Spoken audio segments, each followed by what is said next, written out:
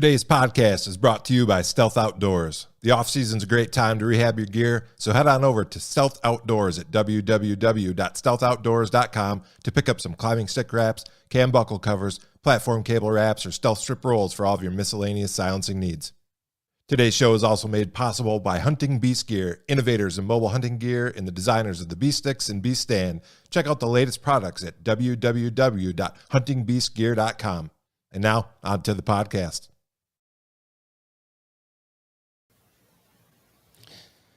All right, welcome back, everybody, to episode number 71 of the Beast Report. I am your host, Scott Biskobing from Midwest Racks and Rods Outdoors. And as always, we are joined by the hunting beast himself, the big buck serial killer, a.k.a. Dan Infalt. How's it going, Dan? Good. How are you doing? I'm doing well. Y'all killing turkeys? I've been trying. I got my buddy on a turkey on the second day of the season, first morning, but my season's been a struggle. Had some very close encounters, but just wasn't able to close the deal on anything. And just one of those things. I got a couple more seasons coming up, whether I get out there or not. That's left to be seen, but I enjoy it. I enjoy the time out there. Found a couple sheds. That was always fun. That's always a bonus when you're out there, when you're chasing those birds and all of a sudden you step on a shed or like, oh, look at what we found here. How about you? Your season, you're heading out tomorrow, huh? Yeah, I'm supposed to. We'll see what happens. Work sometimes gets in the way, but my plan is to hunt tomorrow in the afternoon, though. But tomorrow's my first day. We get a week in Wisconsin. The weather's supposed to be pretty nice, huh? Or are they talking a little bit of rain now? I feel like it's that time of year where there's always a little bit of rain in the forecast. Yeah, I don't even pay attention anymore. I just go. Don't at me. I know. Last Friday morning, or not this last of the first week or whatever, we got out. My buddy and I, a good hour or so before sunrise, and it was beautiful. It was kind of warm out for how early it was, and I started hearing some thunder in the background, and of course, then right away you get the thunder chickens gobbling like crazy, and I pull up my phone and I looked at the radar. I'm like, oh man, we should have probably looked at this before we're about to get hammered. And It was a little sketchy. I mean, when the whole woods light up with lightning and that, and all of a sudden you can see everything for a second or two, but we made it through it and didn't get too wet, but no success with the birds, but no short of gobbles with that thunderclap. So, but without any further ado, we have some guests joining us here tonight, and we're happy to have them joining us. So let's go ahead and bring on Steve Morse and Wyatt, his son Wyatt Morse. How's it going? You guys Coming in all the way from Maine. Maine, we're Mainers. You guys turkey hunting yet? Yeah. We just opened up the season the other day, and we called in and killed some birds the other day for the veteran organization I guide for, and we killed 5 birds the first day, and then Wyatt and his girlfriend, they killed one today. Yeah. You were sending me pictures. I couldn't believe how many birds you're piling up.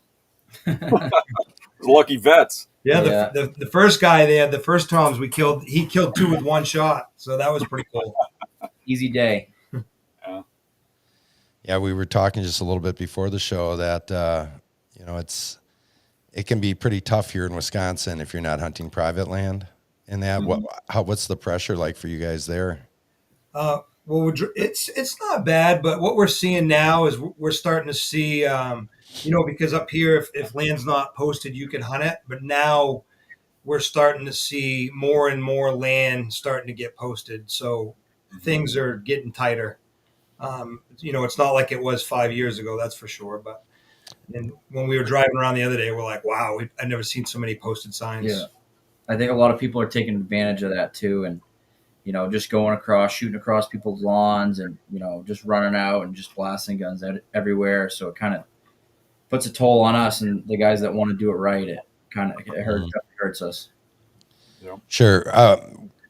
When you're talking about posted properties and that, are these landowners a little bit more receptive to letting you turkey hunt, or is turkey hunting a pretty diehard thing up there too, where they take it about as serious as the deer hunting. Yeah, it's pretty serious. And as far as the posted goes, a lot of the like we went and asked for permission the other day, and the lady said, "Oh, I really appreciate it," but the husband was like, "No, I don't want people running around my property with guns." So it's Sure, A little bit less this year for sure that I've noticed. yeah. nice. So up in Maine, what kind of thing can you hunt up there? What about a moose? Yeah, absolutely. Yeah. You guys saw in the thumbnail, and in the description section here. What was it? Was it last year or was it in 2023? Yeah, it was September 2024.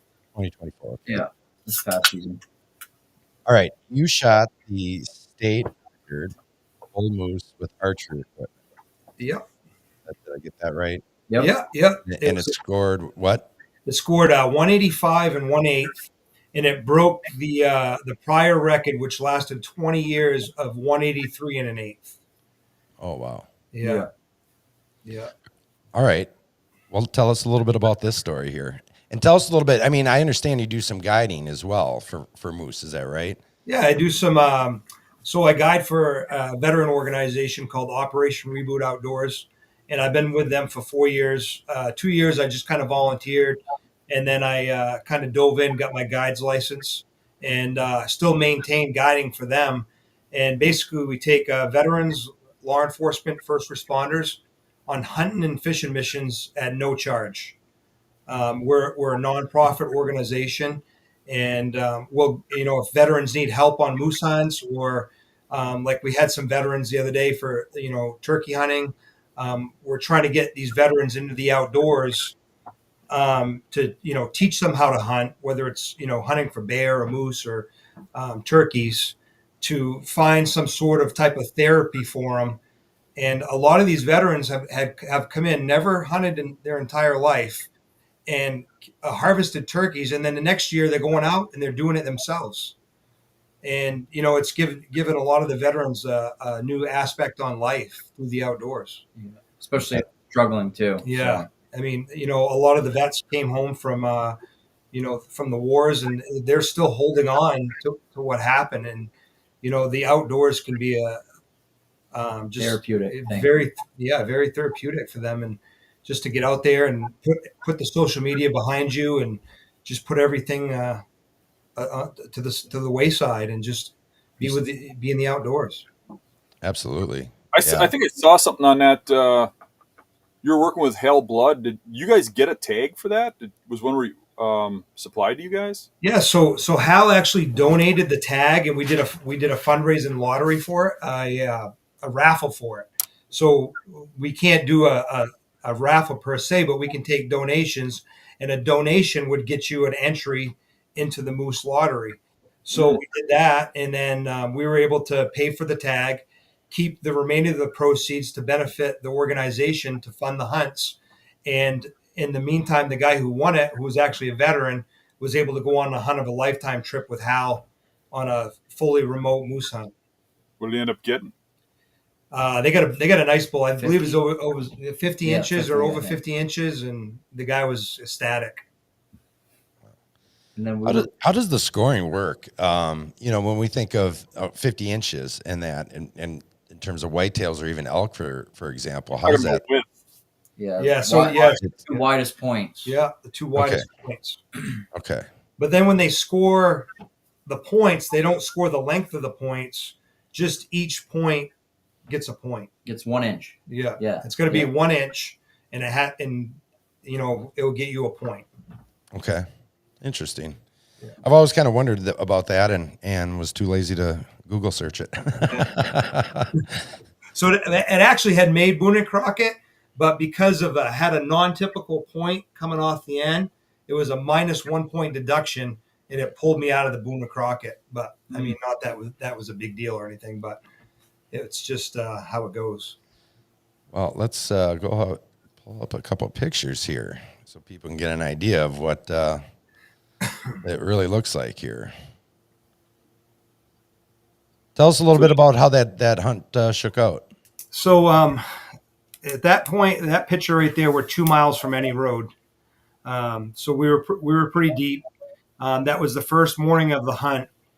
And the season. Of the season. It's a 6-day season. So it starts on Monday and ends on Saturday. And that's your time frame of when you get to harvest. You have to harvest a bull. So we started that hunt Monday morning, and we had one trail cam photo of this bull. And last year, 2 years ago, we had that one. No, before. Yeah, we had one from the prior year, but he had a tree on the side of his head, so you could only see the top corner of his offside rack. And we got another video of him in 2024, and just a few days before the hunt. So we kind of knew he was in the area, but we didn't know exactly where he was. So like I said, that morning we started working down in towards this bog, and we didn't hear nothing at all, for the first hour. And I was like, I was kind of getting worried. I was like, I don't know if he's in here or not. And then we kept pushing in, and then finally Wyatt heard a grunt a long ways away, and he's like, oh, I think I just heard a grunt, and so we kind of pushed in towards the grunt, because just like turkey hunting, you want to try to cut the distance, and that's what we did. We cut the distance, play the wind, and played the wind.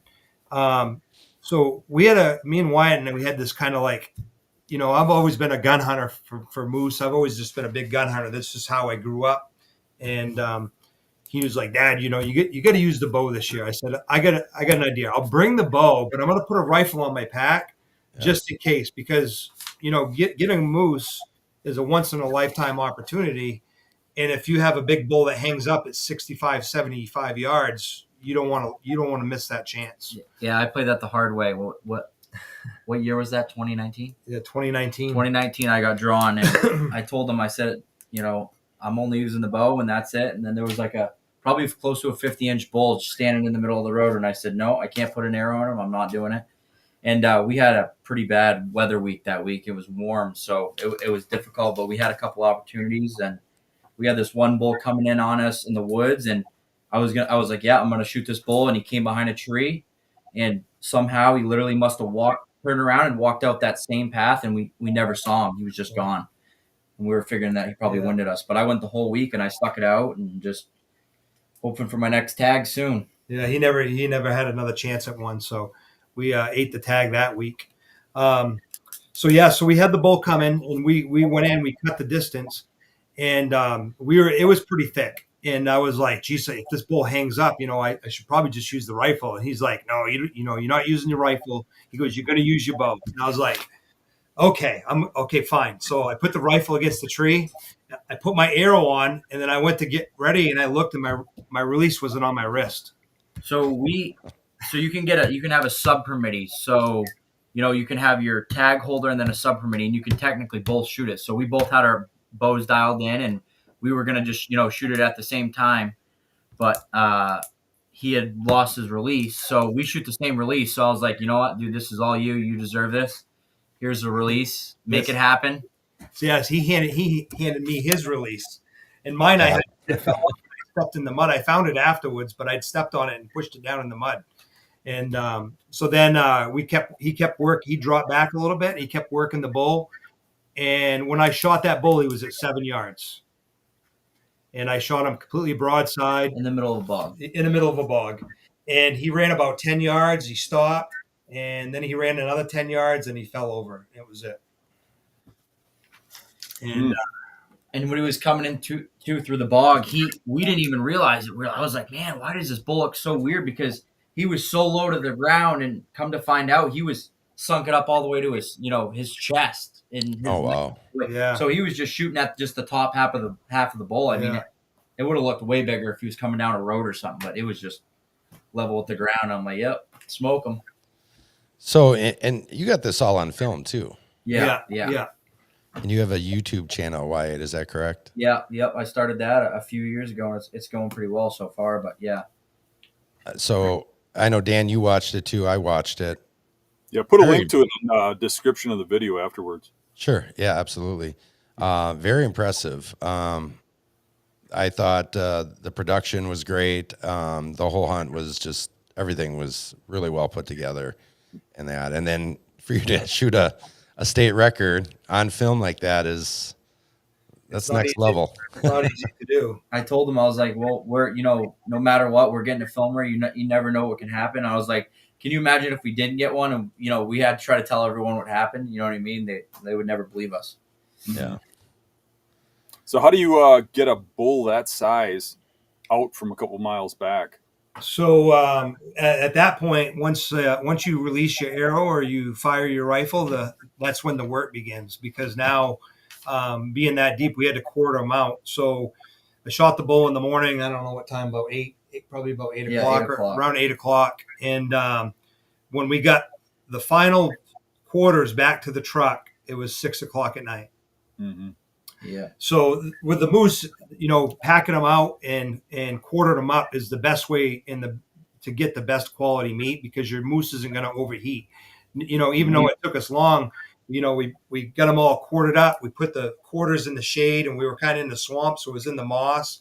And it took us three trips, and we were battling a lot of flies too. Yeah, a lot of flies. Thousands. Use a lot of pepper to keep the flies off. Put it on the hide. Yeah, you just put it on, and then I had to cape them out. So I caped out the front half, and I left the back hide on to make sure the flies wouldn't get on it. And then as soon as we take a quarter off or any meat off, it goes right into the bags and into the shade. You can carry a quarter of meat, or do you do it on an ATV, or you drag it in a sleigh? So that's the thing. In the North Maine woods, you're allowed no ATVs. So we have packs. So we loaded everything up with our packs. You put like a hind quarter in a pack, and then you have to take that out, and then you do a front quarter. And we had 4 of us, so we were able to kind of break it up a little bit. But you get how heavy is a hind quarter? Oh, it's over 100 pounds. 120, wow. 120, 150.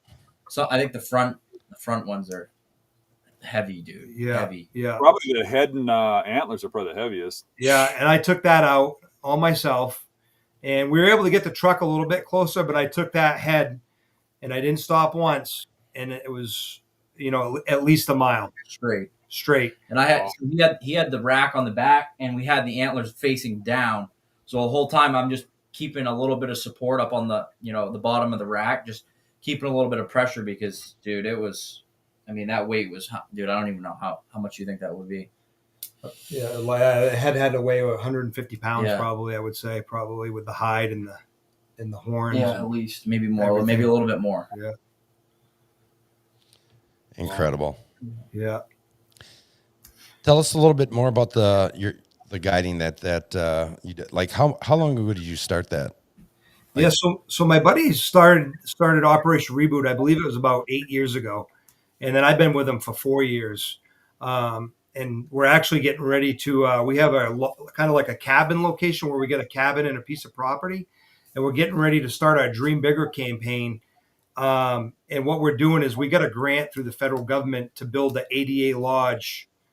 So we're going to have a full compliant ADA lodge for veterans to come to our property. And we have we're not just hunting. We do fly fishing. We have a gold panning program, hiking, ATVing, fly tying. So we tried, to cater to every veteran. Something just hunting. Yeah, not just hunting. So we just try to offer a variety of things for these veterans to be able to do. We have a Facebook page, Operation Reboot Outdoors. And what we'll do is all our hunts are kind of lottery based. So like our turkey hunts, we put our thing out there, we're doing applications for turkey season, and then we open it and then we close it, and then we take our applications, go through them, and then we, let the vets know they've been selected for a turkey hunt. The only thing they have to provide is transportation to the facility or where we're hunting, which we have Camp Turner and Camp Byron. And other than that, we take care of the food. We drive them around everywhere they need to go. Gas, lodging, everything. Yeah, everything. We take care of it all. So it's a pretty good thing that we got going on. And me as a guide, I don't even charge them. I'm doing this all for free of charge. That's fantastic.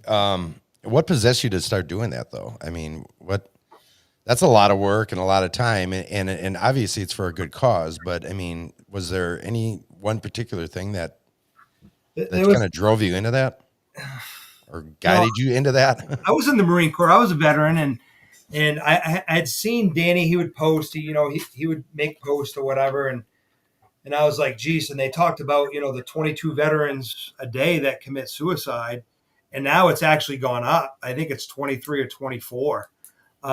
And I was like, you know what? If I can change one veteran's mind, or if I can make a difference in one person's life, then I've done something. So I kind of got this just new purpose in life to just try to help out as much as I can.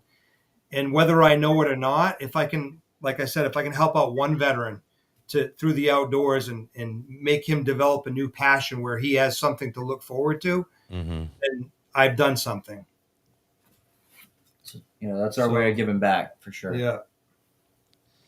Yeah, they always say what you put out in the world always comes back to you threefold. So good on you guys, Yeah, for sure. I appreciate that. Very, very admirable of you guys. So I love hearing stories like that. The different groups, whether it's with vets or getting kids in the outdoors. Inner city kids, getting them to learn how to fish and things like that. The underprivileged and whatnot. It's we need more of that in this world for sure. So we're actually starting to do veterans and their sons or daughters. So we have a few turkey hunts coming up with nice. the veterans and their kids. So Can create bonds between them too, and stuff like that. It's pretty sure. awesome. Yeah, that makes sense. I mean, and with you guys being a father-son team, it kind of goes hand in hand. Oh yeah, for sure. So very cool. All right. Outside of the moose hunting, I also know you're a big whitetail hunter as well. How does hunting, and I know you also do some traveling in that as well. How does hunting the big woods of Maine differ from hunting, say, down in Kansas or in Ohio? Although we know there's big woods in some of those areas, as well, especially in Ohio. But what sets Maine apart? What does that terrain look like for somebody who's never been? Yeah. First off is we have a lot less bucks. Mature, like our age structure and a lot of this, like we don't have Sunday hunting here, and I totally get it. Like a guy who, he works 5 days a week and he's got a soccer game at noon with his kid on Saturday. He might only have a few mornings to hunt. So a lot of people, when they go to hunt, they're harvesting the first year that they see. So in Maine, we have a very high rate of juvenile bucks being harvested. Even though in the state, when you go into the state, they'll count a mature buck. A 1.5-year-old deer is a mature buck. Yeah. And that's just so a lot of young bucks get harvested, and we just don't have a good age structure of deer. I think with some changes, it probably could be a little bit better, but you have to take what's given to you. And in Maine, New Hampshire, Vermont, the Northeast, and Pennsylvania is not the Northeast, just to let you know. And it's we have big woods all over, even in some of the smaller towns. There's big areas. So my first buck, go back to 2001, is when I started. And of course, I didn't know there was no social media back then. There was no cameras. There was none of that. And I shot my first biggest buck in 2001. And where I hunt, I'm kind of on the fringe of the western mountains of Maine. And it's a pretty good area. And I had a Walmart climber with the rubber, the rubber with a little cable hole in through it. And down in the area near my property, there was a buck. He was rubbing. He was tearing up this area at night, and I told my uncle. I said that buck is not. He goes, he's there at night. I said he's bedded up on that mountain somewhere. And I loaded up his little Honda 250 4-wheeler, and I took it up the old county road, and I put my Walmart climber on, and I started sneaking up up the edge, and there was a couple of ledges I had to go through, and I would hop from rock to rock as to not make any noise through the leaves. And the rocks had moss on them, so you could walk really quiet. So once I got up in there, went to like 2 different levels, and I got to the last level, and I looked up and I could see a stand of hemlocks, the edge of the hemlocks, and I said, this is where I'm going to sit. And I found a nice oak tree, and I went up in that oak tree. And once I get up there, I looked down, and there was a scrape to my left, and I said, "Oh boy, this is a good spot." And I shot that buck. He came down out of them hemlocks, and I actually shot him. I kind of locked up a little bit, but I shot him, and he was standing right at the base of my tree. And he ended up being 153 inches. Now, 153 inches in Maine is 180. Is like a 180-inch deer in Kansas. You know what I mean? Sure. Yeah. So that was when I really first started doing Hunting beast thing. the hunting beast thing, but we didn't know it was hunting beast. And so from that point on, I was always moving and just trying to hunt the best sign that I could find. And then once I had shot that buck, and and everybody knows it, like Dan and Hal always talks about it. There's an evolution of the hunter, where we start off and we're shooting whatever we can growing up, and then we kind of we want more of a challenge. So then we start trying to harvest mature whitetails, and that's kind of where I'm at in my life. So from that point on, I always just kept moving around, finding the best sign, and it's paid off. And even in the big woods, I shot that deer in 2001, and now fast forward to 23, 24, 22, I've killed 3 bucks, a 4.5, 5.5-year-old, and a 5.5-year-old in 3 years apart. And I shot that buck around the 23rd, 24th of November. And I'm killing these bucks in that same time frame 24 years later. Mm-hmm. So, with it being in the big woods too, is just knowing where you have to, where you got to be and when you got to be there. Mm-hmm. Especially here, there's no room for error. I mean, you're going to have one chance. Usually you're going to have one chance at a mature buck. A couple if you're lucky, and you got to make it count, and you got to do everything right, and you got to be within. That's what I say every time, within 100 yards at least to even have a chance, or you're not going to be looking good. Yeah. If you see a 4.5-year-old buck in Maine, you better shoot it, because you might not see another one. Mm-hmm. And that's just, that's just how it is here. And then, of course, the further north you go, the less dense, the population density obviously stops to drop down. And there's a certain line, and there's nothing that defines it, but then your acorns stop. So now you're going into no acorns for feed, Like browse cut and now feed. it's all browse cuts and ferns and raspberries and things like that. So as you go further north in Maine, all your aspects of feed changes, and your population density. Yeah. But right now in the state of Maine, the population is probably at the best it's ever been for the North Woods and the state of Maine. Last year, I think the state, we harvested 44,000 deer, and I think that was a record. Okay. Yeah, That's because less winters, less harsh winters. That's definitely been helping us out a lot. So Sure. for that, for sure. A lot of guys tell me that that out from out your way, that you can't kill them beast style. You can't set up on bedding there. You can't hunt them the way I hunt them there. That you couldn't kill them there. And, talking to you, I know that you're targeting bedding areas. You're getting on them thick. Are you hunting certain deer and hunting them down, kind of, or you hunting kind of the same way I do? it's like in kind of where I have like 2 or 3 mature bucks, and then whatever else roams in. So there's not a lot, and you're just kind of, the area is so large that it's hard to focus on which leeward ridge he's going to be on today. Yeah. But yeah, no, it can be done. Now, the further north you go, you get up towards like Hal's area, which it's so big. I know some of the guys that, stand hunt up there, and they do pretty good. But once you get like way further north, a lot of the guys up there are tracking. But we try to be versatile. Wyatt did some tracking late season muzzleloader, but I couldn't sit around and wait for snow.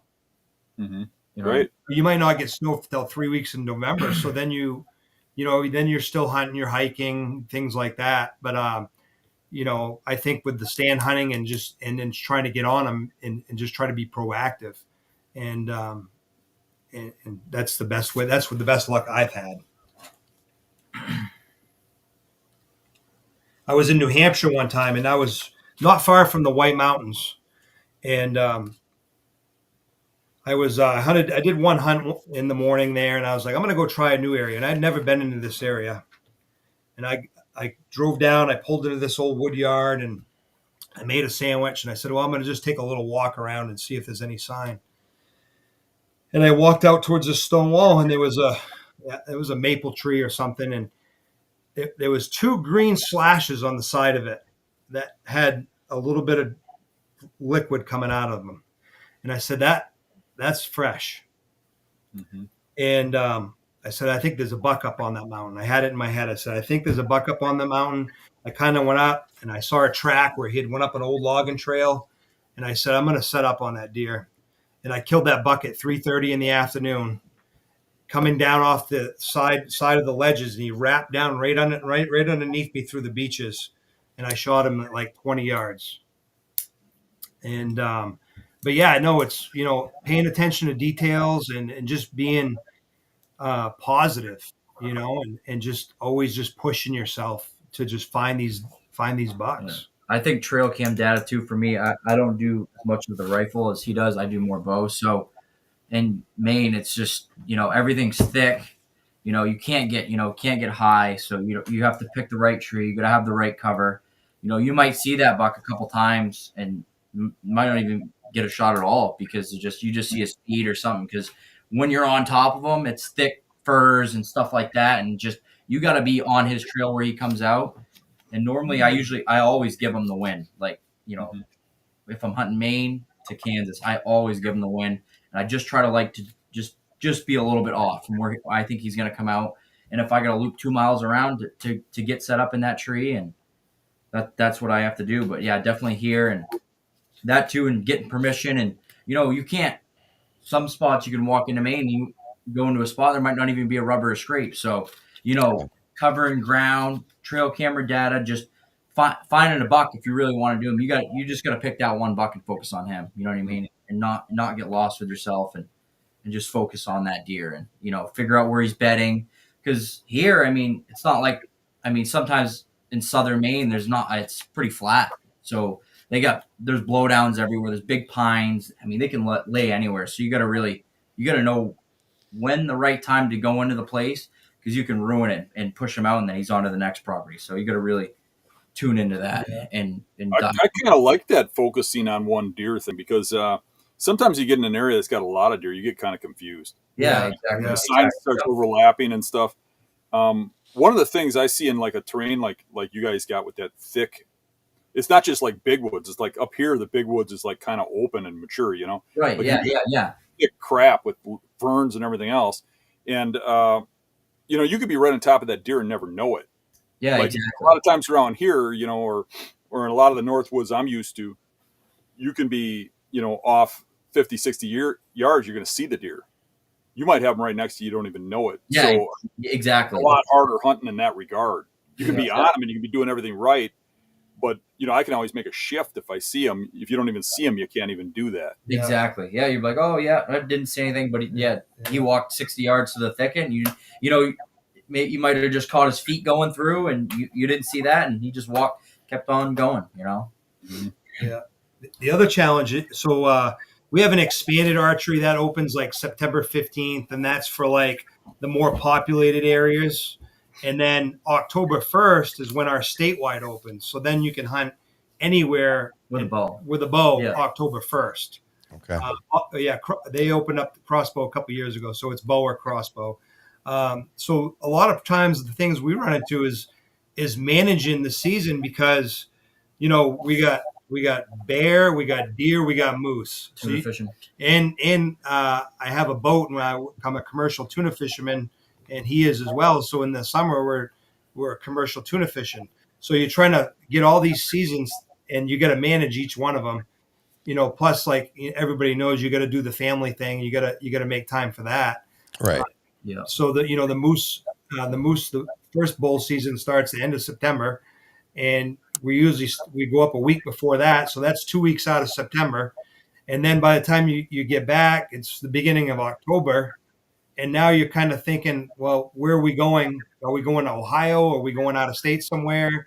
When should we go? And then you got to fit that family time in there. And then in the back of your head, well, I should be bow hunting around here. Because it's like the good time. It's the best time. But then we're thinking about heading out of state. But if you hunt, we always talk about this, if you can hunt Maine and be successful in Maine, you can hunt anywhere in the country and be successful. Yeah. Real quick question. You had mentioned about the tuna fishing and that, and how that kind of consumes your summer. Would you say you're doing most of your scouting on the fly then? During season, like in season? Yeah, we did a lot of scouting this spring. Still doing a little bit during the turkey, but we did a couple weeks of some good scouting this spring. Yeah, we got some really good intel. Good shows. And a lot of people bypass the spring, but what some people don't understand is everything is the way it was left before the winter. Yep, exactly. Yeah. So you can see the scrapes. You could the rubs stand out like a spotlight. Yeah. You're not blowing deer out. Yeah, you're not having to worry about blowing deer out of the areas. And I think the spring is the best. To me, is just as good as the fall. Mm-hmm. So. All right. Having traveled now to some other states, in fact, which one do you want to touch on first? That Ohio one, Wyatt, or do you want to go into the Kansas? We can start with Ohio. Yes. So Ohio, we've been going there since 7 years. 7 years now. And the first time we went to Ohio, kind of didn't know what to expect. I don't think we shot any bucks on that trip, but we had a good time. But that's when I first learned about hunting beasts, because I still kind of on social media kind of wasn't like into it or whatever. Well, I was going to hunt the spot, and this guy was walking out, and I was like, "Oh, how's it going?" And he's like, "Oh yeah." He goes, "You hunting in here?" I was like, "Yeah, I'm going up in this area to go check this out." And he goes, "Oh, really?" I said, "Yeah." I said, I'm from Maine or whatever." He goes, "Oh, I'm from Ohio." I said, "What's your name?" He said, "Jake Bush." So now, knowing what I know now, I would think I was in a good area. Yeah. And then me and Jake got talking, and he's like, "Oh yeah, I kind of do a lot of hunting beasts." And I'm like, "Geez, what's that?" And he goes, "Oh, you don't know Dan Infalt?" I was like, not really, And I go, "I guess I'll have to, And then we just started, diving into what, all the stuff Dan talks about, and it just kind of like opened our eyes from what we thought we knew to a whole new world, If there's one piece of information that you feel like has served you well or the best, having watched a lot of Dan's stuff, what would you say that was? You can do one. So the wind. Learning the wind. The wind. And how did you apply that? So normally what I would say is, if the wind's in your favor, you're in the wrong spot. That's what I would say.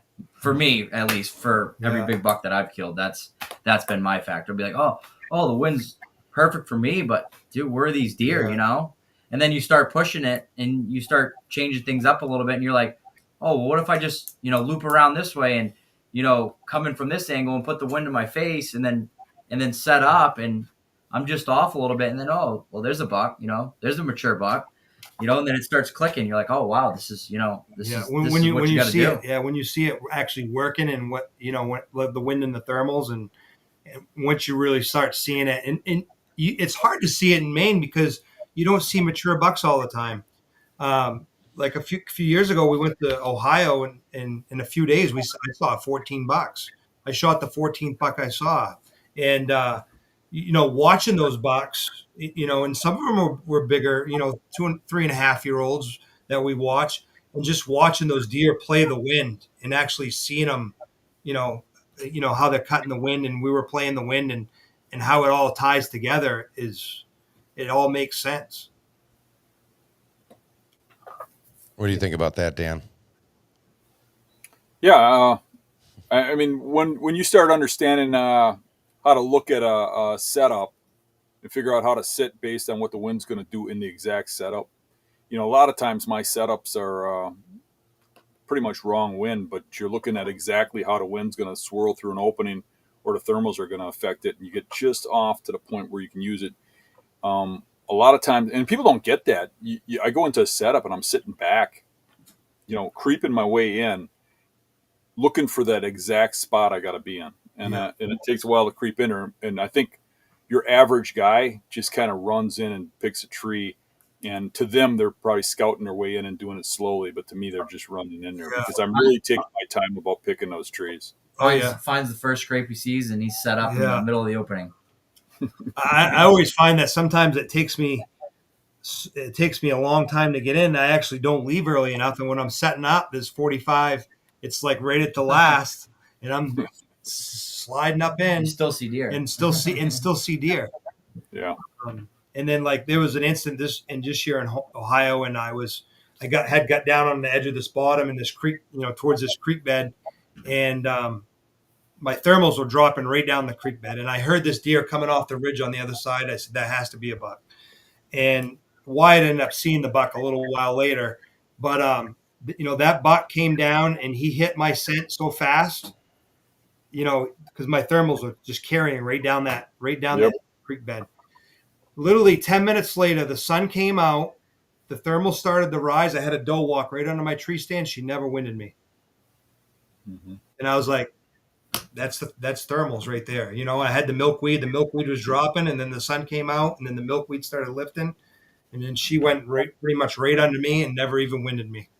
Yeah, when you set up in hill country, once you know what you're doing, all your setups are based on thermals, not wind. Yeah. Thermals beat wind in hill country. Yeah, 100%. Yeah.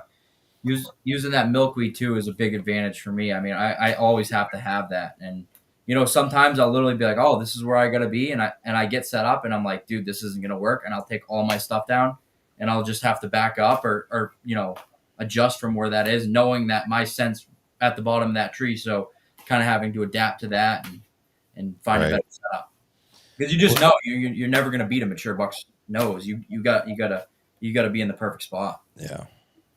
Yeah, Steve kind of had a comment / question here saying Ohio got to be tough for figuring out wind in those hills.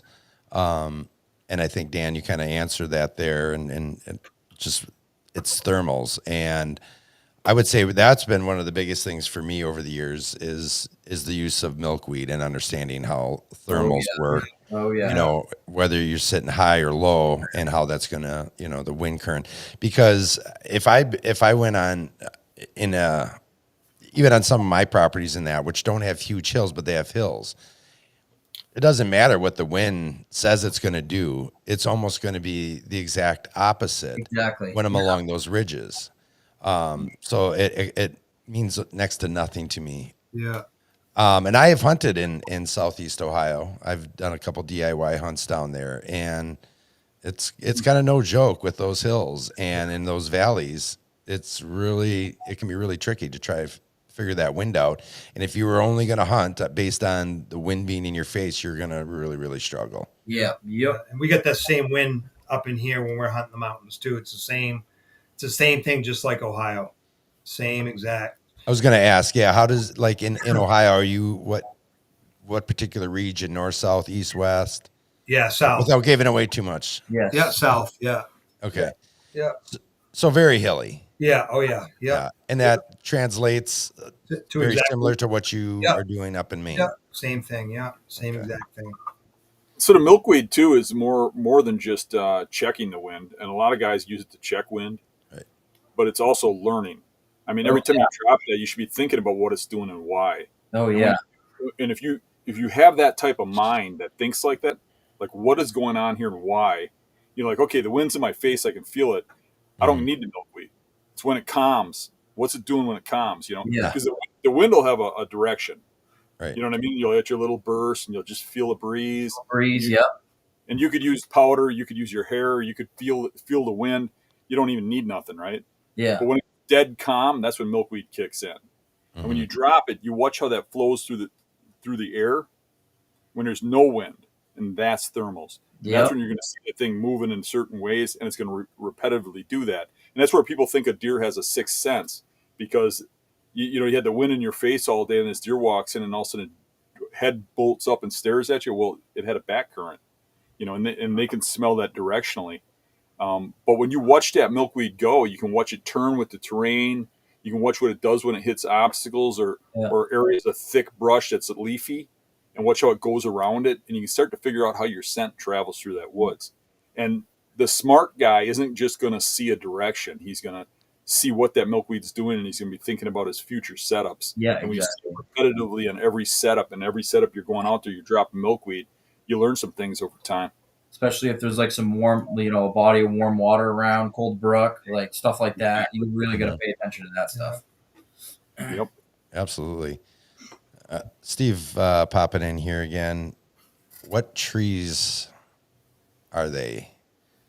I'm assuming he means up in Elm. Like, what is the forest made out of? Up here in Maine? Yeah. Much pine. We got a lot. We got oak. We have maples. We have hemlocks and pine and fir. But most of the hardwoods are like oak, maple, ash, and then your typical softwoods. You get a lot of popple. Yeah, quite a bit of popple. More north, though. More north, yeah. But in spots. Yeah. Yeah. What are you finding in terms of the way deer bed? I mean, do you find it any different there than any other place you've hunted? Are they looking for the cover in the softwoods and using the edges of the hardwoods for browse and that, or what differences do you see in that compared to some of the other states? Like Dan says in the high country too, that that military crest. You get up on the mountains, you walk that military crest a third of the way down, and that's where you'll find your buck beds. A lot of times, always, I actually had this buck up, and he bed right up on the top of this ledge before, and he's got a bed right on the top of this ledge, looking right down through on the top, and then he has another bed right up against the stone wall. There's because up in Maine when the back in the 1800s, when they divided up the land and they cleared the land, they made stone walls. So we have old stone walls, all over the place. And there's this one spot in the buck, he likes to bed up against the stone wall, and looking down through the hardwoods. But yeah, they definitely like those vantage points. They like to bed, like a lot of these hemlocks will overhang. So they'll kind of lay up like in a little sunroom. They'll be in the sun a little bit, but they'll still be under the shade of the hemlock, and you'll never see them. They're gone. You'll see the bed, but they're definitely, like most places, they love the cover, and they'll get right up under those hemlocks, like. And the other thing too, if you really want to kill a big buck in Maine with a bow, and to me, like, scouting in the spring and, being able to go through the woods and see everything, how it is without the leaves, I'm looking for that one bed that's down to dirt where he puts his chin on that ground and he goes to bed, like where his realm bed is, where he's going to spend most of his time, where he's going to be, that 50-yard circle or 100-yard or whatever that circle is. That's where I'm like, all right, if I find a bed like that, my heart starts pounding. I'm like, it's on now. You know what I mean? Like this next season, I might hang a couple cameras up high and, try to get a feel what wind he's going in there and figure that out, and then go in for the kill and wait for the right time and then just go in there. Yeah, you can definitely tell, like here and other places, like, which beds they're using a lot once you find them, and then you get, a few years ago, this buck was bedding, and there was a little snow on the ground, and he'd been up and down the mountain about probably 20 times. What he'd do, he'd run down, check the does, come back up, lay back down. And then his track was in and out of this bed. But that's what he was doing. He'd run down, check them, and he'd come back, lay down in that same spot. Yeah. Mm-hmm. Very cool. Go ahead, Dan. I was going to say, last year, you guys kind of loosely hunted with me in Kansas. Yeah. We shared spots and stuff. You were hunting one unit different than me. Right. One unit shared. Yeah. And you guys really surprised me. How early did you get there for that hunt? You were there like 2-3 weeks or something like that. Yeah. So we had my moose hunt. Of course, like managing the seasons. Here we go.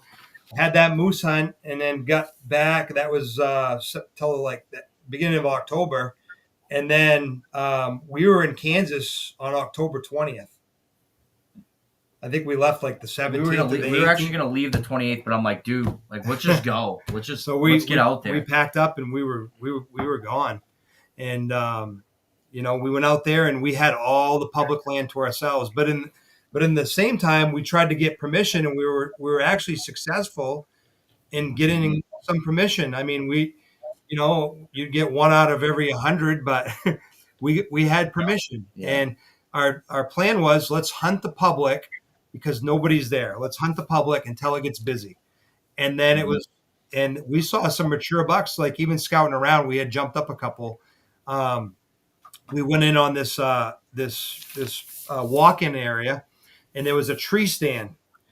And believe it or not, this buck was bedded about 75 yards behind this guy's tower blind. And I was like, we were talking about it. We're like, that guy never sees this buck because that buck knows when he comes in there. Yeah, and it was perfect setup too, because the wind was blowing right over the top of the things, and that was right over the top of his back. So he had us before we even. Yeah. We caught him jumping out, and he came out into the road, but he was like at least 150. Yeah, it was a big deer.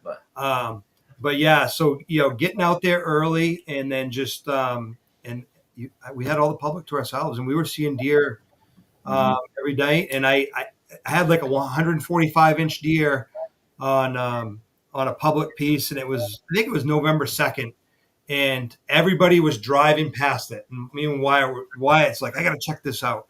It's like, go check it out. And he checked it out, and I kind of stood back, and I was kind of watching him. And he's like, oh, there's a buck trap going in this big swamp. And because it just rained. Yeah. It just rained. I was like, that's a mature buck. Like, he's going in there. I'm like, dude, everyone's driving right. Because there was a river. There was a river, and then there was a small piece. I don't even know if it was 100 yards to the edge of that river. And it was just as thick as you can imagine. I'm like, dude, that buck stays on the edge of this train track in this corner, this public. And he comes out into this cornfield every single day. Yeah. And people drive right by him. Yeah, and there's a little hill, so he was covered in the back. And we set up, and a smaller buck came out first. And then by the time he got to us, I didn't feel comfortable taking the shot. I couldn't really see my pin that well, and I kind of let the draw down and said, you know what, you won tonight, and I didn't take the shot. But it was cool to see that work. Mm-hmm. So you guys both found success on that trip, correct? Yes. Yeah, we did. Yeah. Now, I don't have it labeled. Can you describe yours, Stephen? I've got Wyatt's here. Do you remember what that picture was that you had sent me? Yeah, it's the one that had the bee stand in it. Yeah, right there. Yeah. There we go. Now, did you get yours first? No, Wyatt got his first. Okay, that's right. Yeah. So, all right, let me just go back to Wyatt's here real quick. There it is. Wyatt, tell us a little bit about that hunt. All right, so to begin with that hunt, we were driving out there, and we like we said, we like to be versatile. So I'm like, dude, I'm gonna burn up my subscription on HuntWise, and I'm just gonna start calling people. I'm gonna call as many people. If it's the numbers non-existent, I'm still just gonna keep calling And I think we probably called 600 numbers on the whole. I was busy the whole trip, the whole 30 hours. I was just calling the entire time. Hey, this is the situation. We're going to be out there for a couple weeks. We might only hunt a few times. We're just bow hunting, and before we know it, we were gaining hundreds of acres of private. So I was like, wow, this might be key for us if we struggle in public. So we get out there and, we check a couple pieces out. Some don't look as good because some of them had cattle. So, the bucks didn't really seem to have as much sign with the cattle for some reason. Like the cows. They don't like the cows out there. So I was going into a spot and I knew nothing about the property. So I was going in and I had my camera guy with me and I was like, oh, we're going to set up in here. If it doesn't work out, we'll figure something out. So we go in there. We start hiking in there, just looking for sign or whatever. And we literally get to the base of the tree that I wanted to be in. And I was like, we were going to start climbing up and the deer jumped up and I was like, dude, it's over. So we hiked back out to the truck and I was like, oh, what can we do? So there's a little weehaw. So my dad had the keys to the truck. So we just hiked down to this weehaw down the road, checked that out. And we're like, oh, this looks pretty good. And then we looked at the sign. It was like, oh, it doesn't start till November 1st. So I'm like, oh, geez. So then I see on the back side of the property, there's a little small cornfield that you have to walk down this little tote road to get down in there. So I was like, dude, let's go glass that field up. So we drove over there and we actually found the keys there in the gas tank. I was like, oh, perfect. So we whip around and we go out there. We got the spot and scope and I'm like, dude, let's just slowly walk down in this field and, just watch it for the night. And, we might be able to get some information from this place. So we go down in there. And there's already deer in the field. It's like, oh, dude, we're going to see a buck's going to come out. So we see our first buck, smaller buck, 3-4 other small bucks. I'm like, dude, a big one's going to come out. And then probably a 160, at least probably a 160 came out. Good mass, just had some kickers and stuff. I'm like, dude, trying to figure out a plan. I'm not even really focused on the deer. I'm just focused on how we're going to get set up on this field and how we're going to be able to make it work. Due to the thermals and stuff with that many deer, with the does coming out and the small bucks, how are we going to make this work, dude? I'm talking to them. We literally thought about it all day and 2 mature bucks came out. One was about 140 and the other one was about 150. And I'm like, we need to get in that field tomorrow. They're going to do the same thing because they had just cut the corn. So we ended up having to my dad had to call the guy. His name was Ken. And he was actually the son of the parents that we had permission on their property, but it was actually the son. She's like, oh, here's the son's number. Call him. And he's like, yeah, no one's hunting that. Go for it. I'm like, geez, this is insane. Wow. So now it was figuring out a plan and getting in there and not blowing it out. Cause there was 30 deer in the field. So I was trying to figure this out. You want to be close, but not too close because then you're not even going to see those bucks before all those, you blow those deer out.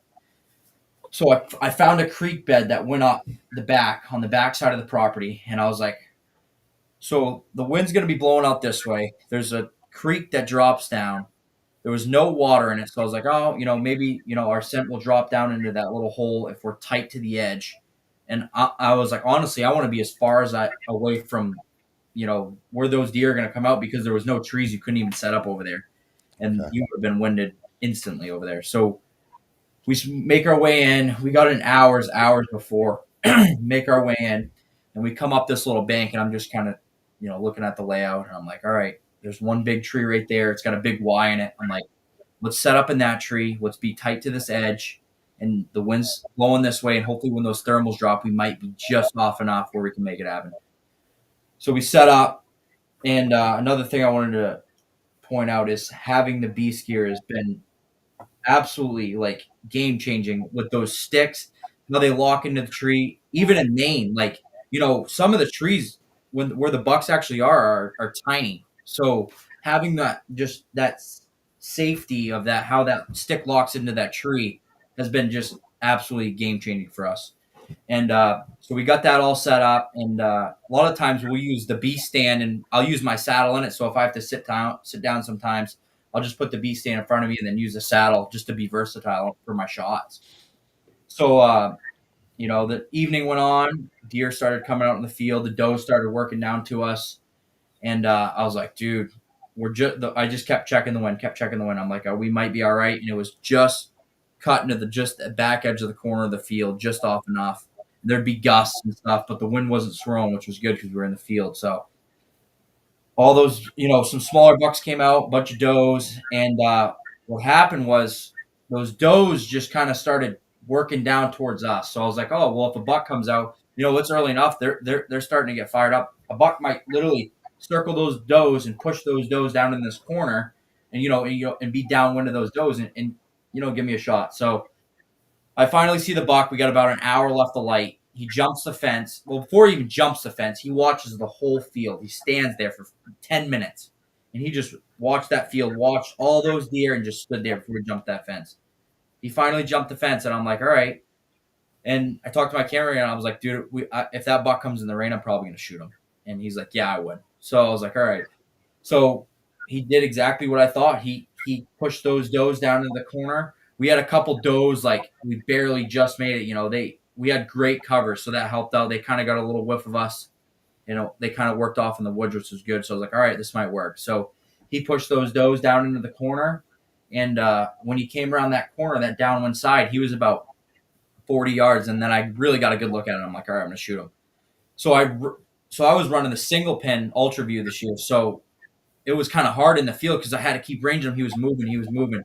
So I was like, all right, I'm going to take a shot. I had him at 53 yards. And he finally stopped for a minute so I could get a range. 53 yards, and he didn't even make it out of the field. Shot his heart out. And I was like, yeah, that was literally what I dreamed of Kansas right there since I was a kid. And I was like, nice. That's amazing. It was really I can't good get a footage barn too. at 53 yards. Yeah. Well, it was funny because the first shot, he actually shot twice. And the first shot you watch the deer, and the vein just goes across his back. Top of his back. And he stood up and he looked around and he just started feeding again. And then he was able to knock another arrow and readjust the sight and get it in there. But it's pretty amazing, like how close he was. And I wondered about that because I watched that video last night and I realized that you had missed with that first shot. But I'm looking at the top of his back and he had like fur like out of place or something there. And I'm like, did you give him a little bit of a haircut there? Yeah. That's where the vein hit, huh? Yeah. I'm like, because he had little to like no reaction to it at all. Like he put his head up and then went right back to feeding. I was like, the big thing about having a quiet move too. Yeah. It might be the difference between you getting another chance and you not getting one. Yeah. But yeah, that was an awesome hunt. Awesome way to start out Kansas for sure. So it was several days later for you? Yeah, it was quite a few days later. We were grinding, and I had passed on quite a few deer. Had a chance at probably about a 170, and it just not every deer lines up perfect, and that didn't work out with that deer. And then finally, we had a small piece of property. It was only 45 acres. It was just a little small piece we had get permission on, and we had this picture of this buck, and he must have got injured at some point, but he had like kind of a full rack on the left side, and then not as much on the other side. But he was really cool, and he was a big deer, and I was like, he was definitely a mature buck, and I was like, we got a pic. I had actually texted Dan a few days earlier.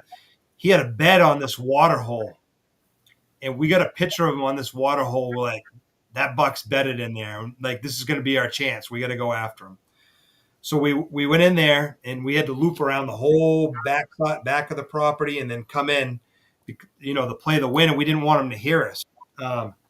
So we went in. Had my beast set up, and then we were within 100 yards easy, and they were up in some tall grass, and between the road. There was a road, and then the woods, and then a field, and they were just bedding up in this field. And when I was setting up, I was one stick at a time, and stayed behind the tree the whole entire time, and then finally got set up. And then the buck we had on camera wasn't the buck that came out, but I was like, oh, this is a beautiful buck. DIY hunt, 10 yards coming in, and I let it fly, and he dropped right there, and it just was a great way to end the Kansas trip, Yeah, absolutely. Yeah, you guys did amazing down there. Yeah, and then we didn't even know that buck was bedded up in there. So he came out. He was bedded up in there with that other Early, buck. really, he came out early. Yeah. But for our first trip to Kansas, DIY, everyone's like, "How come you're not going with an outfitter?" I'm like, "We just don't. We don't do that. We just don't really do outfitters. It's nothing against them, but we just kind of like to do Yeah. our own thing and do what we want to do. You know." All right. Makes Yep. sense. Dan, how was your trip to Kansas? How did that one work out? It was a learning experience. Now I didn't have the amount of time that those guys had. I had a week. But I had cracks at one real big buck and didn't get him. Did a really cool stalk on him. I mean, it's in the videos. But I passed on a lot of small bucks. Found some really good spots, and I know where I'll be when I go back. Yeah. You know. Sure. All right. I want to go back to talking about the big woods, because that was kind of the topic we had here tonight, and I just want to kind of paint a scenario here for you guys, and let's just go with Maine, but I think your answers would probably apply to most big woods. But if you were to be dropped into a big woods, right? You're told you got, let's say, let's just throw out 1,000-acre area, and you've never hunted it before, but you have access to whatever. And what's your first thing? Are you going to maps first? What do you? Onyx or whatever everybody prefers they use. Go into the topo 100%. Okay. Yeah. Yeah. And then okay, just kind of explain your process from there, and what you would like, how that would kind of play out for you. Yeah, I would just look at my topo. I would look for, travel corridors and pinch points and possible bedding areas. And and what's that? Feed. Yeah, feed depending on, what is, what are they feeding on? Is it acorns? Last year we had a bumper crop of acorns where, you slide down the mountain on them, so that was last year, but this year it's probably not going to be a bumper cup. So it changes from year to year.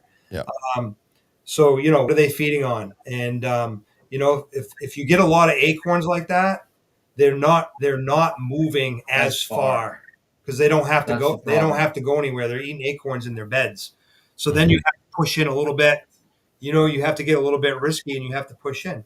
But you're going to look at the topo map, and then, if I'm getting dropped in, and I've done it a lot. A friend of mine used to write an article in the Maine Sportsman, and he wrote an article on killing blind bucks in New Hampshire, and I've done it in Maine. And I look at the topo, pick a spot, and just go and go in and see deer, like for the first time I've ever been there. So it's just knowing those areas, that we deal with all the time. A third way down, like the military crest, like Dan talks about, the bucks are going to travel those edges. And they're going to travel those edges and those transition lines a lot. Up here, they do it all the time. They're on the edge of the fir and the hemlock, and they're running those edges. Mm-hmm. Yeah, that's the other thing too that I would add to that is finding those transition lines and that piece. Yeah, if you're out sitting in the middle of a open hardwoods, you're probably not gonna. You might see a doe, but you're probably not gonna see a mature deer. Yeah. So if you can see through the woods that you're hunting in, especially in Maine, if you could sit there and you could see 300 yards in each direction, unless it's like full blown rut, you're probably not going to see a mature deer. Sure. So you need to be tight to those thick areas, tight to those edges, and that's where you need to camp out. And then always being mobile and versatile and moving. Even on my own properties, I don't have set stands. I always hunt mobile. I'm always moving because every year is different. The deer are doing different things. Right, the layout of the land changes. I mean, you have fallen trees. You have, it doesn't take much for the deer to change their patterns up. No. And that. So you would say that that's something that you consistently see as well too. Is that Yeah. is that the patterns are changing based on the environment, feed, if it's a bumper crop of acorns that year and that. Yeah. Yeah. And then a lot of these bucks, they're coming down off the mountains, and then they're doing their doe thing at night during the night, and then a lot of these bucks are up there, but sometimes before you can even get up there. 2 a.m. I've actually been in a sleeping bag at 2:30 in the morning in my stand, wait on the top of the mountain, waiting for them to come back up in the morning, because I know if I go in any later than that, they're already up there. So you might as well not even go, because they're going to beat you up there. They have, like Dan says, a sixth sense, so they know when they have to be where they have to be. Yeah. Sure. Do you guys run a lot of trail cameras? Yeah. Yeah, we have a lot of trail cameras, but I try not to get too caught up in them, though. And I'm not like, oh my God, I got a picture, I got to go hunt it. I might collect data for a few days before I even actually go hunt it. Yeah. And is this a one-time thing, or is this a Repeating. a reoccurring event? Yeah. But yeah, I try not to. I like to take the data, but I don't like to hunt. Directly. If I get a picture, and I'm not going to run right over there. So the data that you're collecting from your trail cameras, how much do you take in consideration what the weather was doing, or with the wind direction, or just kind of looking how it correlates to just the weather in general on that particular day? If you're watching it and you're noticing deer moving this way on camera, do you ever do any of those sort of like analytic type things where The first time I get a picture of a big buck, I go right to my wind app and I figure out what wind that buck was going into that piece. And I write it down on my notes. This buck came out on this wind. If there was a front, if there's anything like, oh, why did he get up? You know what I mean? Why did he get up early? Trying to figure out all these things in my head and be like, oh, well, there was a front, or, there was a cold snap, or, if it was cold, then it got warmer, the sun came out and he came out to feed, all these things that make you go crazy. But I try to just figure out what wind he was traveling. That's a key thing here. Yeah, I do the same thing. I have I do my little deer diary today on trail cameras, 6, 7, and 8. right. And that when I have time, I mean, that's also a time consuming thing too. But yeah, I think it can be beneficial. Dan, do you have any thoughts on that? Yeah, I think in hill country, wind is critical on when they're passing through an area, because they bed based on wind a lot. I mean, you get into swampy, flat land, not as much. A lot of times the pictures seem more random. Yeah. But in hill country, it does seem a little more specific to winds. Not always, but in a lot of cases it is. Sometimes you only get pictures of them on certain winds. Yeah. Yeah, I think if you just go, for those guys that are just putting cameras out there just to see what's there, and that you're missing out on the bigger picture. Oh yeah. The biggest thing around here is every place you find a camera, you can see where they're hunting over the top of it. They're just watching the pictures. Yeah. And a lot of young guys are doing that. They'll get 20 cameras and they think they got 20 spots. Sure. Yeah. And every time they get a picture to their phone, they run out there and sit it. Yeah. And usually if you get a picture of him, it's too late. He's already gone. Yeah. That's what we always say, so it's like, oh, he's in the area. That's all we know. What cameras do in your hunting spots is they make those deer really leery of the spot, because they know that camera's there. I mean, we were just talking earlier about that camera I got out that got pictures of the turkeys. That camera has been out since July of last year. The batteries are still good. Yeah. And I still have deer that walk in and look right into the camera. They know the camera's there. They know that that's not a tree. You know what I mean? Yeah. Even though they're just an animal, they're not that stupid. Yeah. And I think cameras are better used to know a deer's in an area, to do your intel, to find that deer. And if you're a hunter, you should take pride in this. Let your scouting and your skill kill the deer. Yeah, exactly. Tells you there's one in the area you'd like to kill. Yeah, exactly. Yeah. I'm just going to pull this question back. I'm sorry. Go ahead, Steve. Yeah. I was going to say, I got a picture of we got this new spot that we dove into a couple weeks ago, and we put a camera up, and we just kind of put it up. I'm not going to lie. We just put it up half-ass, and we should have put it up higher. And I got a picture of this gray face buck, and I knew he was a mature buck. and I haven't. And he acted sketchy when he came in, and he knew the camera was there, and I haven't seen him since. How much do you think it's the camera itself or the scent that was left behind putting that camera up? I think it's a combination of both. Yeah. I really do. 100%. I think when they notice that stuff too, even let's say since July of last year, most of the human scent has gone off that camera. I haven't touched it. I haven't even been near it since I put it there. Let's say all the scent's gone. They smelled scent there at one point in time. You know what I mean? Right. It's the same thing as memory. hunting a tree. You hunt a tree, that deer that comes by and knows that you hunted there will be watching that tree from then on. That's why that first time sit is so important. Oh yeah. Oh, yeah. Yeah. I mean, especially when you're talking mature deer. Oh yeah. I mean, here's that camera. Just the other day, look at that deer staring in it. And if you're observant, you'll notice. I don't care what brand you're using. A lot of those deer are staring at the cameras. It seems like cell cameras, they seem to notice even more. Oh yeah. I don't know if it has something to do with how they're made with the cell technology or something. Right. But it really seems like they notice those even more than the regular cameras. Yeah, it definitely does help if they're up higher. It does. It does. It does help. Especially those, sometimes if you're running on video, depending on what brand you use, some of them have like a little tiny noise when you're running on, especially like a Moultrie. If you're running that on video, there'll be like a little noise, and you can just know that they can hear that. They hear it. Mm-hmm. Right. I mean, it could be just a frequency or something like that they're picking up on, or exactly. Yeah. like an electromagnetic field that's somehow being generated by this, especially if it's a cell camera. I mean, there's signal being passed there, right? Oh yeah. And there. We could get into the whole hex technology and stuff. My Moultries have evil laughter in the background. Exactly. Like to let them know I'm coming.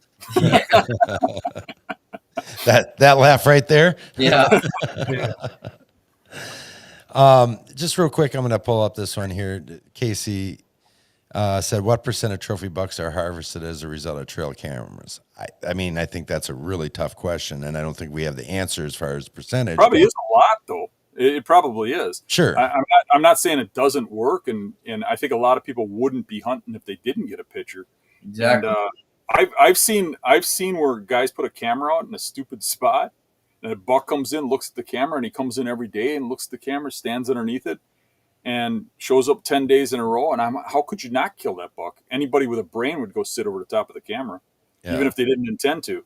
Yeah. So in a lot of cases, those cameras do kill deer. I'm just saying, generally, if you're a good hunter, you're better off probably using your skill to put those cameras in a position to get as many pictures of the bucks in the area as you could. Like in an area they feed or something near a field. I don't care if it's a night pick. Those deer don't move a great distance. Once you got that pick, then you're going to go and you're going to kind of do a wide circle around that area. Okay, where are the leeward ridges? Where's the transition lines? Where's the points? Where are the features that hold big bucks? Because there's really not a lot of them. And once you learn how to read that, it's not that hard to look at a map and to walk a terrain and find some sign and figure out where that buck is coming from. Yeah, for sure. You don't need that camera in an exact spot, and you're way more likely to kill a deer that's 6 years old or 7 years old that is in a heavily hunted area by catching him by complete surprise. Yeah. If you put a camera in there and he smells your scent in there, even if he keeps coming by, he's probably coming by and smelling that area before he comes in there because he knows now that there's danger there. Yeah. It's the same thing like you take a private property and you put up tree stands. Even if you only hunt them once or twice a year, by the time a deer on that property gets to be 5, 6, 7 years old, almost always those deer are killed not from the permanent tree stands. They're killed from a mobile movement because they learn where all the stands are over time and they start avoiding them. But they don't go through 6, 7 seasons of being passed or smelling where you walked to not figuring out where those tree stands are. Yeah. Right. And the cameras aren't much different. Absolutely. Yes, some areas I actually choose not to even put a camera in because I don't want to go in there, and I'd rather just go in and hunt it than go in and have a camera in there. I'd rather just go in and hunt and not have a camera in there. Sure. Cameras are a great tool. It's just a matter of using your brain and how you use them. Right. Yeah, for right. sure. That's what it comes down to. Yeah. I kind of found it refreshing when we went to Kansas that you couldn't use cameras on the public land. That was definitely refreshing. Absolutely. Yeah. What that does is up here now, where I live in Wisconsin, the hunting pressure is so heavy that there's no such thing as a giant buck nobody knows about anymore. Yeah. And for the most part, it's really hard for a buck to get to, something like 200, 220 inches anymore, because by the time they get to 190, everybody knows about them. There's so much pressure in that area with guns, with bows, with everything because of that deer that they kill them before they make that range. I mean, the cameras in my area are killing a lot of the deer. So Kansas, it was kind of nice that there could actually be deer down there that nobody's ever really seen, or very few people, Yeah, I agree. I think that element of surprise, if you will, to not actually know what's in the area. If you're going, if you have properties, and I know I'm guilty of this too, and not being happy with what I've been seeing on camera, it's discouraging in that. Like, how come I'm not seeing this or that, or where did that buck go from last year, things like that, and to not have necessarily an expectation going in and just hunting like you did when you were younger and that, and just dreaming that there's a big buck around every corner, over every hill, past every saddle. You know what I mean? Yeah, for sure. I think there's, I definitely don't overdo it with cameras. I've got some set out and they're all cell cameras but in some ways I think it can ruin a hunt too. Throw a wrench in it once. I think that 170 I shot in 2023. Mm-hmm. I killed that deer because of trail cameras, but I never got a picture of it. I killed it because the parking lot started filling up with trucks, and I knew something had to be going on there. People were getting pictures of something. So I went in there and actually got on that buck and killed him. And I was really leery that something had to be going on because of the amount of traffic. And I started putting two and two together that now in my area, you can't walk through any woods without walking by 5 cameras. Yeah. So when you start seeing a whole bunch of cars in a parking lot or trucks in a parking lot, you're seeing something. That's a place to hunt. Now, I'm not saying hunt their spots, hunt their trees. I'm saying there's one in that area, figure out what they're doing wrong and where that buck is living and go in there and kill it. And actually, it's sad, but it's true. We went from hunting the spots where everybody overlooked to the spots where everybody is because they got cameras everywhere, and they're there for a reason. Yeah. I recently went to a land management thing with Tony LaPlatte out in Michigan, and he does land management stuff and has his own property, but he's a very smart guy. And he says one time he had a client with him, and they found this little buck fawn, and he was hiding in the bushes. And Tony says to the guy, he goes, "You see that little buck right there?" And the buck had his head tucked down, and even though they were standing there, he was hiding. Yep. And Tony says, that little buck right there is going to spend the rest of his life hiding.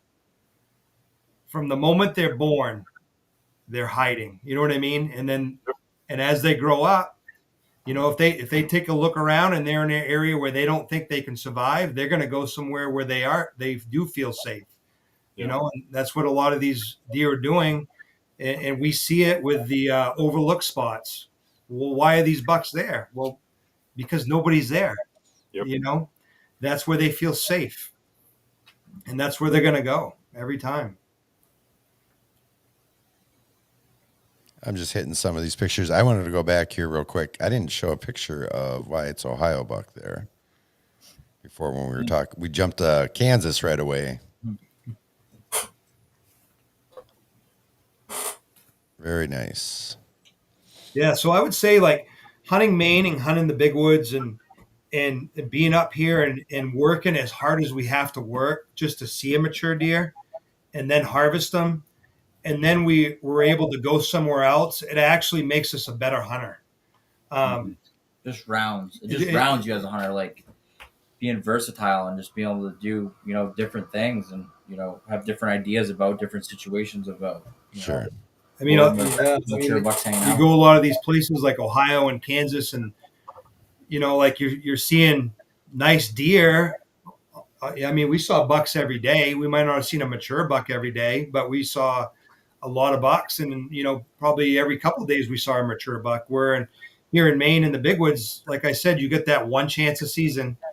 Some people, some of the tracking guys, they might have more chances, but they might not get a shot at that deer either. You know what I mean? So, Yeah.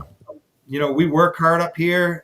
We hunt hard, and then we're able to go somewhere else. We can break down an area pretty fast, and we can usually get on the deer pretty fast. The one thing I seen with you guys, when I first started getting to know you, you contacted me about wanting to hunt up here, and I suggested an area, and the area was pretty vast, and that's where your experience in Maine kicked in, because you were able to go way out into the middle of that, where most of the people that come here on a travel trip would never go into where you went in, and you got on bucks right away. Yeah, just like when we're moose hunting too, I mean, and now too, with the public, everybody's going deep now. You know what I mean? Everybody's trying to go deep, so you have to try to get creative and really try to think outside the box as far as your setups and where you're going, and how to avoid other hunters, and How you're accessing. how you're accessing the properties. But yeah, so we hunt hard up here, and it does make it easier for us when we go out of state. It might take us a day or two just to adjust because it's different, but we'll find the deer for sure. Sure. How many acres of public land do you guys have in Maine? Thousands. We have thousands of acres. Yeah. Thousands or millions? Yeah, millions. Yeah, millions of acres. Yeah. Now that all starts as you come further south. That starts to lessen. Sure. Same thing here. A lot of the most of the public land far to the north is paper company land. Okay. North Maine Woods. Irving owns a lot of land. And then there's some areas that are not part of the North Maine Woods that are, vast and big woods too. So. Sure. Dan, do you have any other questions for them at all? Nope. Yeah. We're headed to Iowa next year, so that's going to be our next. Oh, you are? Okay. That was going to be my next question, is where you guys headed this year? Yeah. So Iowa next year. This year, I think we'll do Ohio this year, Iowa next year. I'm actually going to be guiding for Hal Blood and Big Woods Outfitters this year. He asked me if I wanted to guide a couple weeks, so I said sure, and I was like, I kind of give back to the veteran thing, but now I kind of want to. I'm always hunting for myself and trying to get deer, so I was like, it'd be nice to go out and teach some people how to deer hunt, and how teach them about the bucks and the big woods and things like that. So I'm kind of looking forward to that. So, I guided for a few years back around 2000, and I did it for the reasons I wanted to, help young people learn how to hunt and the things you just said. And I had a couple hunts like that, but for the most part, the people I had that paid to hunt were not my kind of people. Right. Yeah, exactly. Deer, and it was really disgusting. I just didn't want to do it. I ended up quitting doing that. Yeah. Yeah. Fingers crossed. Hope you get better clients than I got. Yeah. Right. And that's a hard decision to make, because I love deer hunting so much, to give up 2 weeks for my season to go to somebody else. So I was like, I'm going to make the sacrifice this year, and I know where I have to be and when I have to be there to hopefully kill a matured buck here this year. So I think I'll hopefully do all right. Very nice. Well, is there anything else you want us to plug? We're going to add some of that, the Operation Reboot. We'll post a link in that into the description, as well as I would just say one thing. We should have everybody on here that likes good hunting channels should subscribe to Wyatt's channel. Scott's going to put it in a link. I'm subscribed. Yeah. Yeah, I subscribe. Yeah, as well. absolutely. Yeah. And if there's any veterans out there, we're always looking to expand. We had some turkey hunters come up from Virginia the other day. If you're a veteran, or if you know a veteran, let them know about us, and just follow us. And we'd love to have you guys for a hunt and to show you what we're all about. And, it's camaraderie. We're all talking shit to each other. We're having a good time. And we're getting out into the outdoors and just having a good, having fun. So that's awesome. Fantastic. Good stuff. We'll make sure we get all that stuff in the description, you guys. Everybody go and check out the YouTube page. Check out Operation Reboot. Give them a follow. Pass that information along. These kinds of things are important. And, to Wyatt's YouTube page, some fantastic camera work. I was quite blown away. And I became an instant subscriber. I just kind of wanted to delve in and check out a little thing. And next thing I know, I'm watching, 7 videos last night and that. And I just I'm not blowing smoke. I was thoroughly impressed. Very nicely done. So Appreciate it, man. thank you. With that said, I think we're going to go ahead and wrap up this week's episode of the Beast Report. We want to thank you guys for tuning in as always. We'll be back again next week with something to talk about and maybe some other fun, exciting guests like we had here tonight. And until next time, be safe, everybody, and get outdoors. Thanks, Wyatt and Steve. Yeah, thank you guys. Good luck Thanks, this Dan. season, Thanks, everyone.